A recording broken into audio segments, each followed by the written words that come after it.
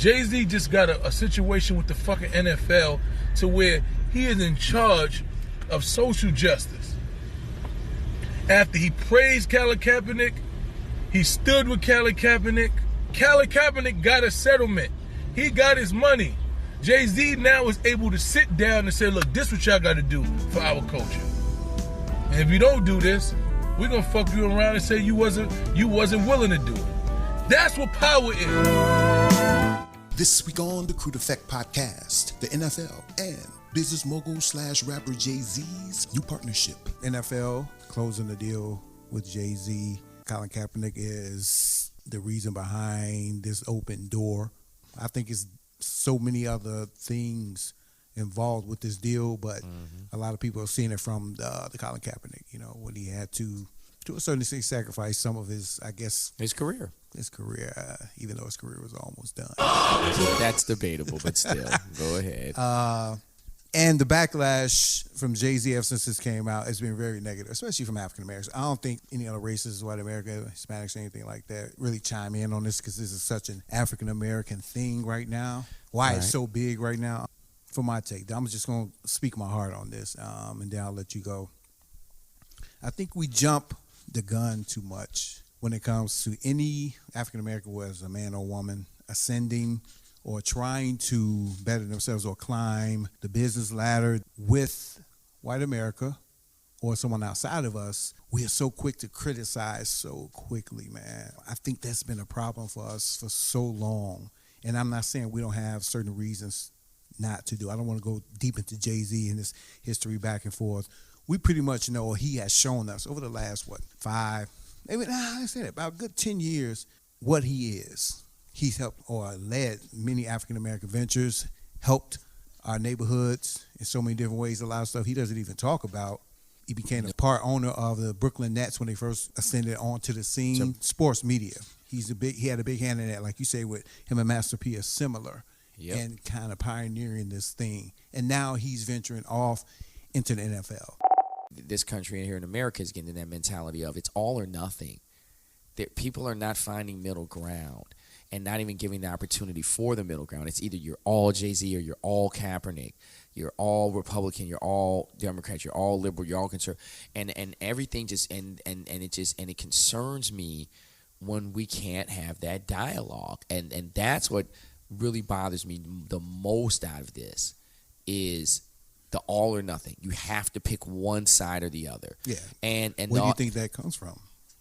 I mean, obviously we haven't had a lot of separatism in this country. We haven't had a lot of opportunity economically. And the separatism that has been prevalent in this country for so us. long. Yeah, for us. Not just for us, just this country, how they have divided. Yeah.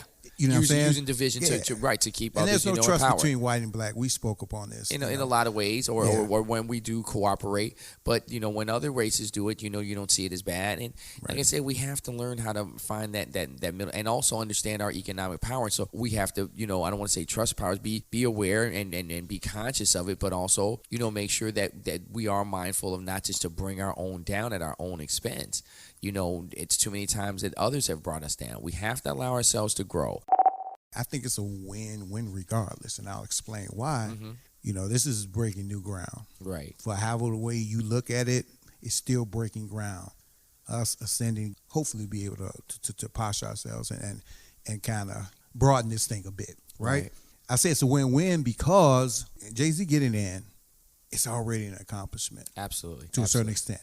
Now, if he gets in there and he does nothing, he just coons it out, he's up there by himself. Absolutely right. It'll play itself out. I agree. That's a great point. And that's why it has to be heard. Let it play out. Just let it play out. And I'm going to say something else too. And I think we said this a long time ago when Colin started protesting and other players started protesting.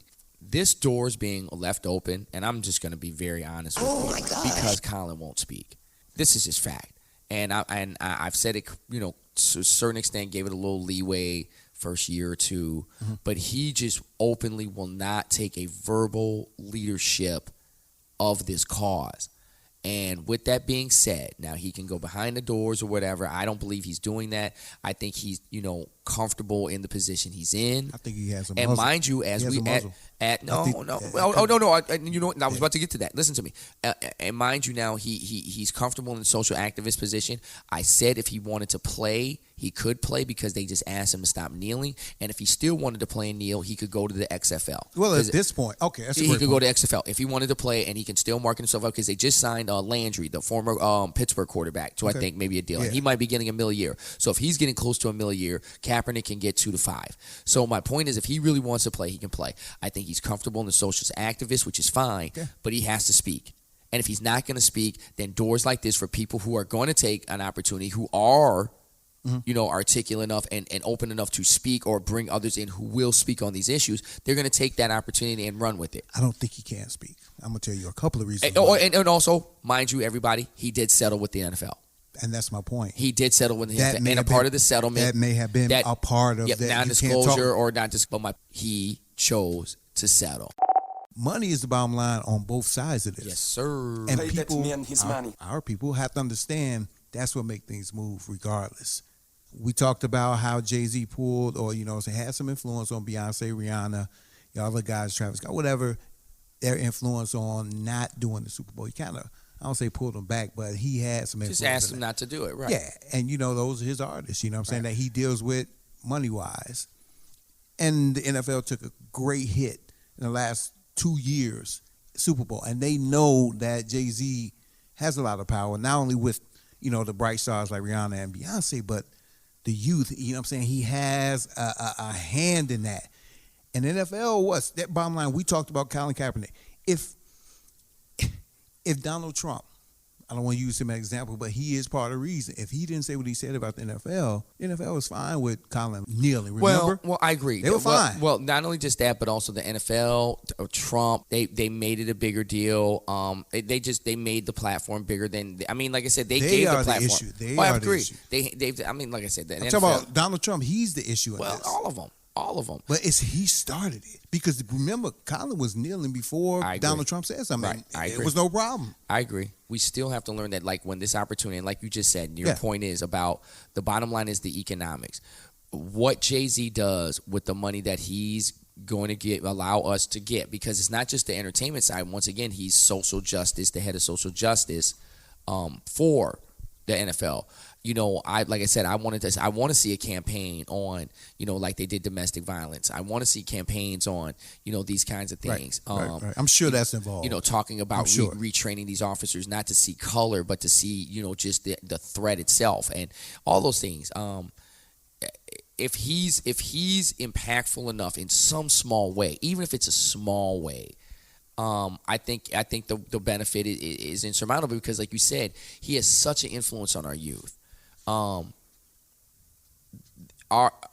kids who are now anywhere from, I'd say, 16 to 30, and those aren't kids, but that's a sweet spot. They have been raised by him and Eminem to a certain extent, as far as musically from the hip hop side. Right.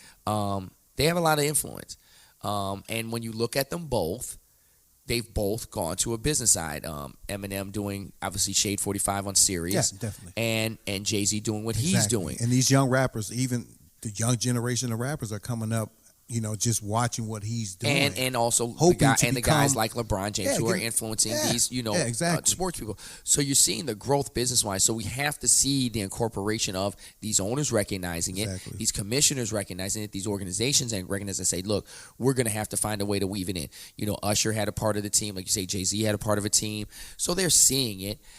It's just a matter of now we have to understand and embrace when we see our African Americans dealing with the Europeans with the money, and how do we embrace that, and are we comfortable with that, and we do have a right to ask our people to be accountable to our culture. I agree. We do have, but not at the extent of just straight criticism, crab in the barrel type talk. No, seriously, because as soon as I heard it, that was the first thing I thought. This is crab in the barrel. Well, selling out, and this gets it even on both sides. I talked about this pre-production. They call it Jay-Z a sellout. People mostly call him a sellout. Crab in the barrel. But there are white people, too, that's calling the NFL sellout also for letting him in. See, I'm saying you can't please everybody. No. People have to understand how this thing works.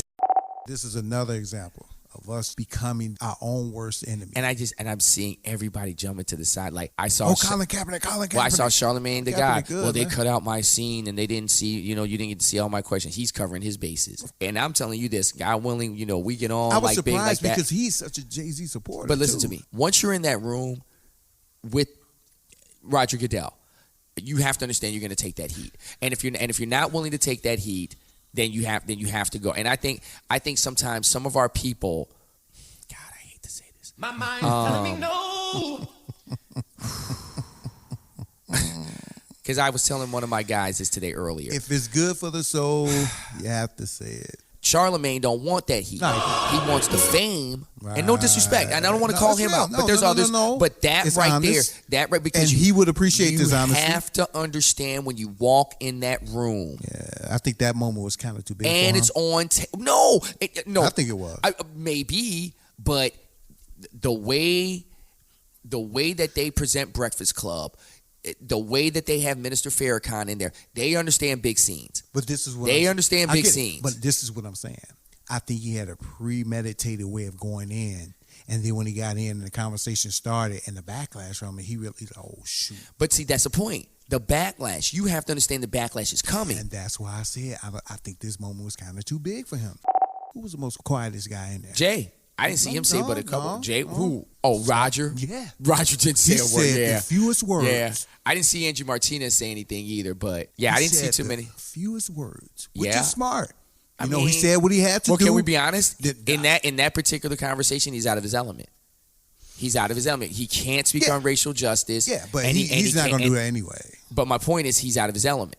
If it was something about some economics or some talking dollars, and like, okay, I'll put it to you like this, and I haven't seen the whole thing fully, but if they were to start talking about numbers, like, okay, how much percentage of the NFL budget is going into this project? Because I don't think I heard that kind of question.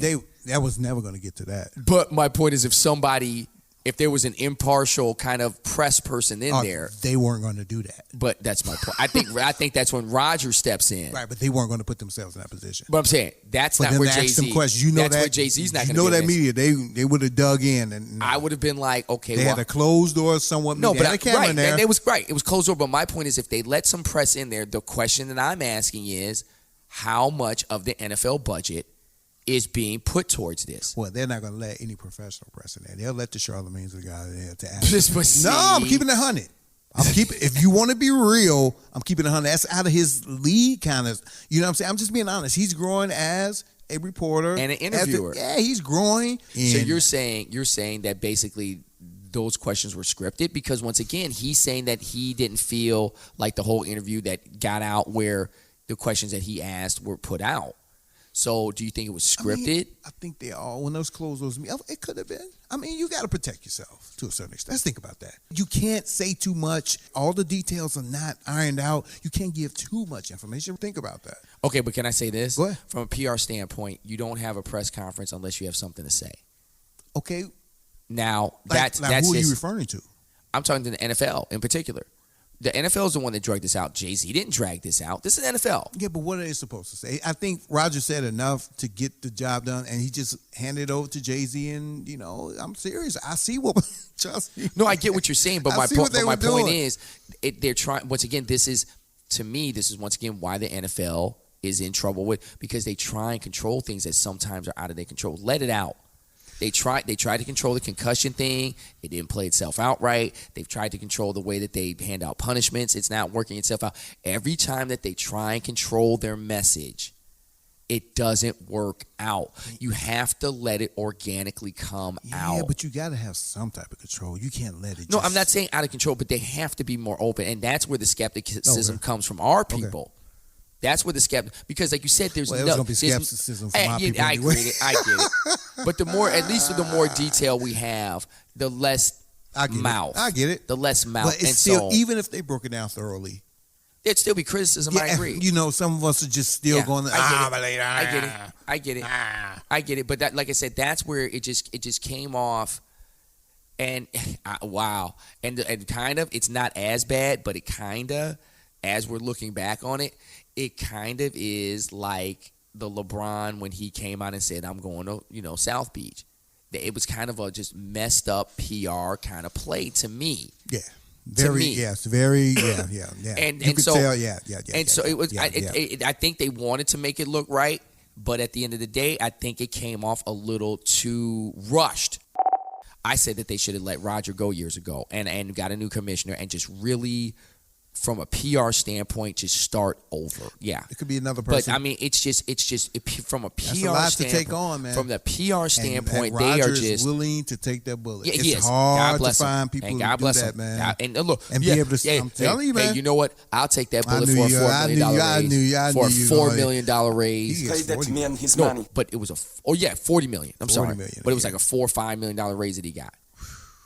For what? Because he's a worth- deflector shield. Dude, That's fine. Man. And so, like I said, but my point is like, God, I even mean- he brings so much I negativity to agree. your table. but he takes a lot too. He does, but like I said, but And a lot of it's not his fault. Some of it is. It's PR. And It's he's just trying to be PR. fair. This- Both sides, he has to kind of schmooze, Let me say this. man. I'll Because he expect- knows the players I'll expect are more. the league, and he knows the owners. I'll expect more. Pay him I'll his expect more. salary. Now that Jay-Z's in there, I'll expect more. Well, hopefully they I'll can get expect more. together and help him make easier decisions when it comes to this. Maybe, I mean, they could be using Jay-Z as somewhat of a deflector also. And Jay's okay with that. Yeah. He wants to get in. I told you, But he wants to be an NFL owner. He's Yeah, exactly. right. He's We in, get it. he's Yeah, there's a ascending bigger pot. creatively. Yeah, He's there's a just big- to people who criticize him. This is his calling. If you follow Jay-Z all the way from Reasonable Doubt when he was young coming in the game, he was always boss minded. Yeah. Him and Dane, they were always boss minded. This is just another thing. And people are all- Entrepreneur. yeah, Yep. he's Yeah. trying to ascend, man. He wants to go down as one of those African American leadership pioneers who did some great things or pioneered some great things Absolutely. amongst his people. And so we have to allow our people to grow. Yes, that will conclude our show for this week. I would like to thank you all for listening. Once again, you can find me, Shobi Not T, on Facebook at Shobi Not T, Twitter at C Not T, Instagram C Not T 3130. And you can find me on Facebook at Al Lee, Instagram A Lee for Life, and Twitter A Lee 21 1996. Please subscribe to the YouTube channel. Help us grow this thing. And we will see you all next week. Peace. Peace.